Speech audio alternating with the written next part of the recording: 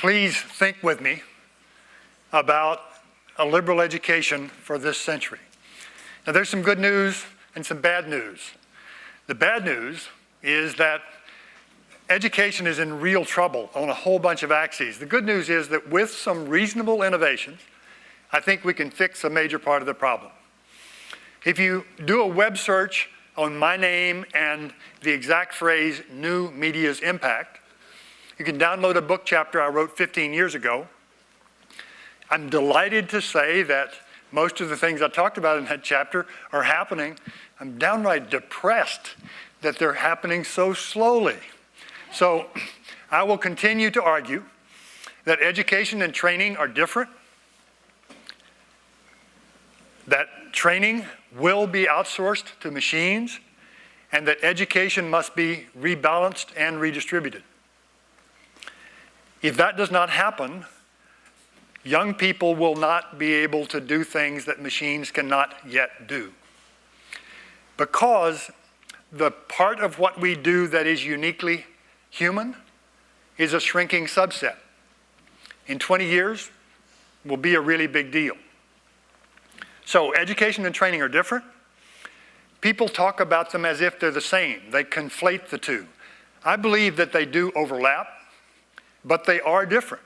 For example, learning calculus, training. Learning to think using the concepts in calculus requires education. Learning a language, training.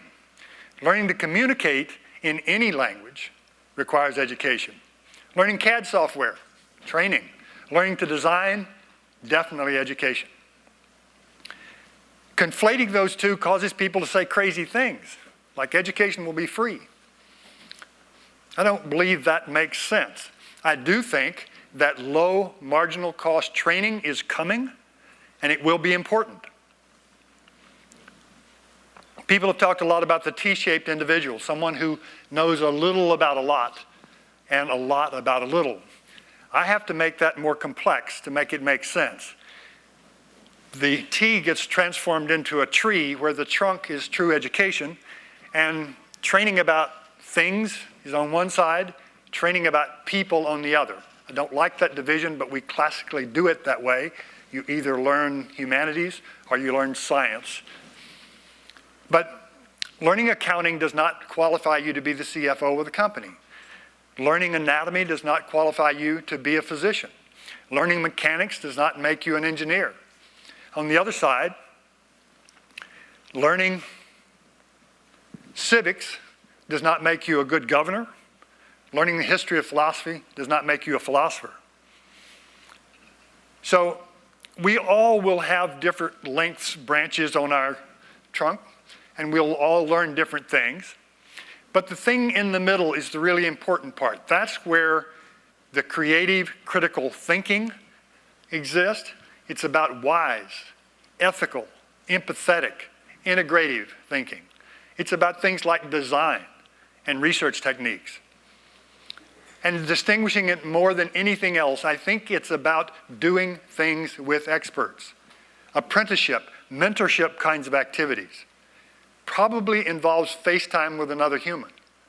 It probably involves face time with colleagues. I believe that teamwork is an absolutely essential part of true education. One thing that's there that's been left out is what Angela Duckworth calls grit. Grit is the mental toughness, the stick-to-itness, the stuff that allows you to see a, quote, failure as a learning opportunity. It's a very important part of real education. Now,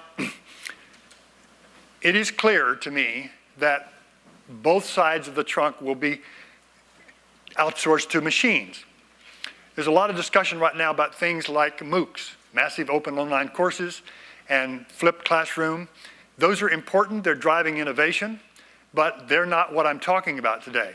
I'm talking about something that I'll call something that's more like a helping hand than a hostile takeover. Let's say it's a digital textbook. Now, this device will have highly produced content. It'll be connected. It'll include not just illustrations, but animations. It'll include simulations. And We all know that learning is a social event, so it'll be connected to social media. It will read aloud to you if you choose. It'll operate in your own style, in your own rate, in your own language. It will have built-in assessment. We must stop paying teachers to grade multiple choice quizzes. And that assessment will be rich and often and be connected to big data models. So for the first time, we'll have really good pedagogy research on many of the things that students are doing. If there are 1 million users, you can learn a lot fast. And since it'll be continuously updated, those improvements can be fed back immediately. So for the first time in human history, we can have compound growth on the quality or the efficacy of training materials. That's an Uber Gutenberg moment. That's an inflection point, a change in slope of things. I think it's a big deal. It's also clear that my favorite thing is that in the cloud would be a Watson Siri-like tutor that knows a lot about my learning style and would help me. I'm excited to see that. And everybody says, oh, we can't afford that, it's too expensive. Education's already out of control. I'll just give you one example to put that argument to rest. Each year, 600,000 college freshmen take calculus. 250,000 fail. Now, let's make the reasonable assumption that each one of those failures costs $2,000. That's $500 million for one course at one level, and it's a recurring cost. So the present worth of a string of $500 million is a very large number. $500 million is what it cost to make the movie Avatar. 1,000 people worked for 4 years on that movie, every one of them the best in the world at what they do.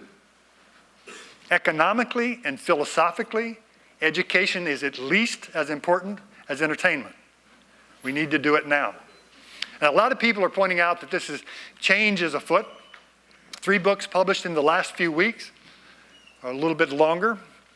The Zero Marginal Cost Society points out that those apps in your pocket are free for interesting reasons, that education is going to change for some interesting reasons.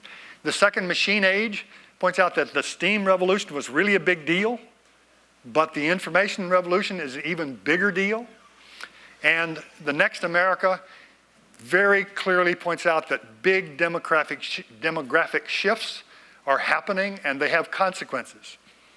And in the last couple of days, MIT artificial intelligence researchers have announced that they have a system that will now solve those dreaded word problems in algebra. The Angry Birds folks have gotten into pre-kindergarten education. So it's really clear that training is a commodity. It is education that conveys the comparative advantage, and we should outsource training to machines. They do commodity work really well. And if we pull that off, we will have made room in schools for true education. Education must be rebalanced and redistributed. Let's look at redistributed first. We have this really silly notion that when you're very young, you're either in school or playing, and then you go to school, and then you have a career, and then you retire. Sorry. We must blur and move those boundaries. There was a time when lifelong learning was a luxury. It's now an essential part of any career or life. Let's look at rebalanced. Right now, the way we do things is you either focus on yourselves and society, and you get a BA, for example, or you go the other way and you focus on science and technology and you get a BS. We have to stop that. We have to rebalance these things. Now, I concede that there will be people that go really deep on either end, and they will be successful and they will be an asset to society. But most of us, and in fact the leaders, must stand with one foot in each camp, because all of the major problems that this planet faces has a major component of humanity or society and a major component of science and technology. Unless we do this, we'll never get to the democratic meritocracy that I would love to see. So some exemplars. 4 examples, 2 digital texts that are wonderful transitions into true education, and 2 examples of education through immersion. The first digital text is E.O. Wilson's Life on Earth. It is a beautifully produced book for the iPad. It goes from microbiology all the way up through big ecosystems. It's richly illustrated, it's interactive. It's now up to 44 chapters, I think, and it cost $1.99. Essential Physics by the guys at Ergopedia.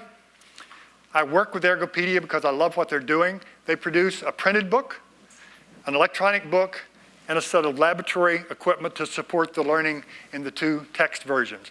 If you go to a page in the electronic book, the illustration is actually an animation. So if you were looking at how a rocket might get from Earth to Mars, you can see an illustration of what the rocket might do, and then you can open a simulation in that page and say, I want to go from Earth orbit to Mars. Let me try an escape velocity and see what happens. In this case, it looks like, oh, my rocket didn't have enough. I'm not going to make it, so I'll go back. I'll juice the rocket a little bit, and this time I am going to intersect the orbit of Mars. Now, immediately when you do that, you recognize that if the rocket got there and Mars didn't happen to be there, the mission would fail. So the concept of launch window is transparently clear immediately. So I believe that there is a sweet spot where small modules that are highly produced overlap with feedback enabled. Major things could happen there now, and we know how to do it. Exemplars of immersive experience. Focusing on the uniquely human part. Things that will be uniquely human for a long time. In both these cases, students were given a problem too big, a time too short, a budget too small, and a team too large. Welcome to life. Now, the first example is the senior design course in mechanical engineering at MIT, taught by Professor David Wallace. If you go to MIT's site and you search on 2.009, you'll find a very deep illustrative website that describes this course. The students are given 1 semester to go from some idea about a product area to an alpha prototype, a working alpha prototype, with 20 people and $6,500. That's really hard. The presentation at the finale of the course is now the biggest event on MIT's campus, except for graduation. It draws a lot of people from all over the design community. The students do a fantastic job. The production value of what they do is at least that of any university play that I've seen. The product ideas are quite delightful. Several of them have become seeds for companies. This was a little article in the New York Times about one of the ones from last fall. So, uniquely human. The students understand that what they've been through taught them a lot about themselves and about the innovation process. And they say thank you in some formal way to Dave Wallace and the quite large staff that supports that course at the end of every finale. The second example is FIRST. FIRST stands for Inspiration and Recognition of Science and Technology. It was founded by Dean Kamen in 1989, and a couple of years later, he and I co-founded the FIRST robotics competition. We just finished this year's World Championship in St. Louis. FIRST is a big deal. Young kids in FIRST Lego League have rich, intense experiences. They're from all over the world. The kids that build the big FRC robots do a fantastic job. Those machines are faster than most of us and capable of doing things that we would find very difficult. They're expertly programmed and operated by the students.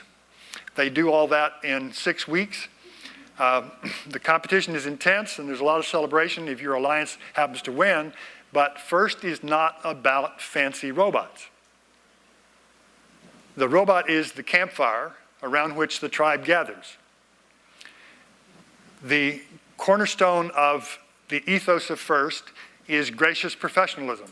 Notice the gracious part has to do with an empathetic response to others, and the professionalism part has to do with the rational self. A lot of it is uniquely human activity. So, education and training are different. Training will be outsourced to machines, and education must be rebalanced and redistributed. Right now, if you paid for education and you're getting only training, change something. Otherwise, students will not be able to do things that machines cannot yet do. Thank you.